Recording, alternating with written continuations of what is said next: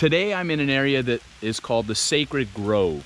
The Sacred Grove has significance to the LDS Church because the founder of the church, a man by the name of Joseph Smith, who lived in this area, came here to the Sacred Grove to get answers to some of his religious questions that he had in life. You see, during this point in American history, as people and ideas were spreading and moving more westward, away from the coastline and expanding out, religion was always something that was important. But in the 1820s, as religious revivals were going on around him and in his community, and even before the 1820s, as religion became something that became incredibly important during this period of American history called the Second Great Awakening, this young man, Joseph Smith, whose family was divided, his father was one religion, I believe his mother was another religion, Joseph was concerned on which church he should join.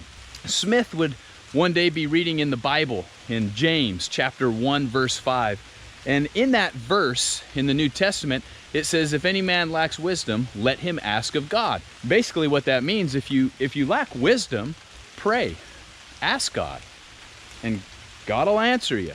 Well, Joseph believed this, and in response to his prayer, I'm gonna quote for you what he said.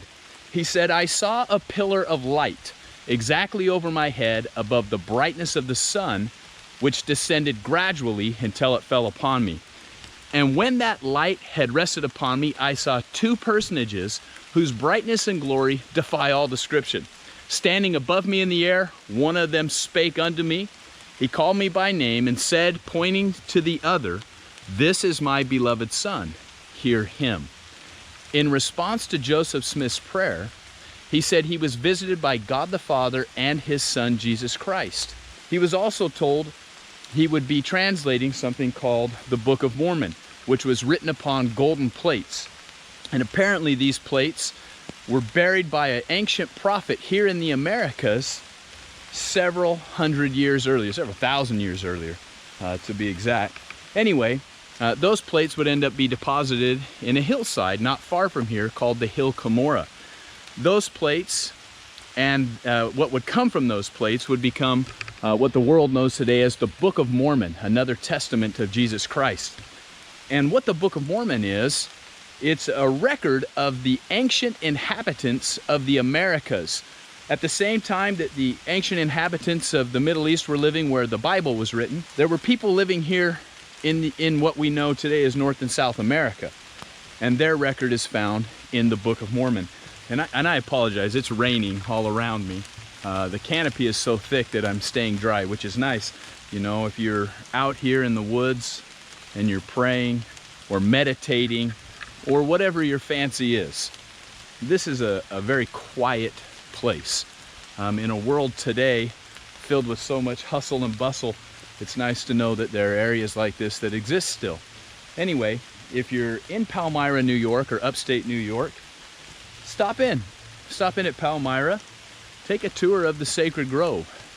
You may also take a tour of the Hill Cumorah, which I'm taking you to next. So we're on one of the paths up to the top of the Hill Cumorah. This is the place that Joseph Smith visited multiple times and was visited by an angel by the name of Moroni. In any event, this Moroni is the individual that would eventually hand the plates, the gold plates, over to Joseph so he could begin translation work of the Book of Mormon. We're going to take you to the top of the hill so you can see the monument and see the area. I'm here at the top of the Hill Cumorah, and behind me is the Hill Cumorah monument, as you can see. But behind me is an even larger monument that has 4 different depictions, well, actually 3 different depictions and then one scripture on it. But this is the top of the hill, not far from the Joseph Smith family farm. And again, this is the place where the angel Moroni handed the golden plates to Joseph Smith so that he could begin his translation work.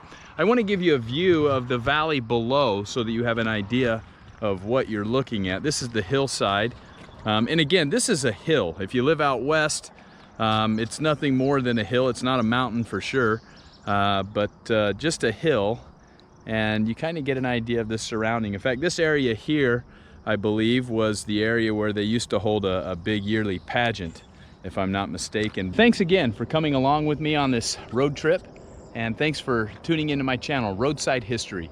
We'd love it if you'd like and subscribe to our channel so we can continue to bring you historical stories, brief historical stories,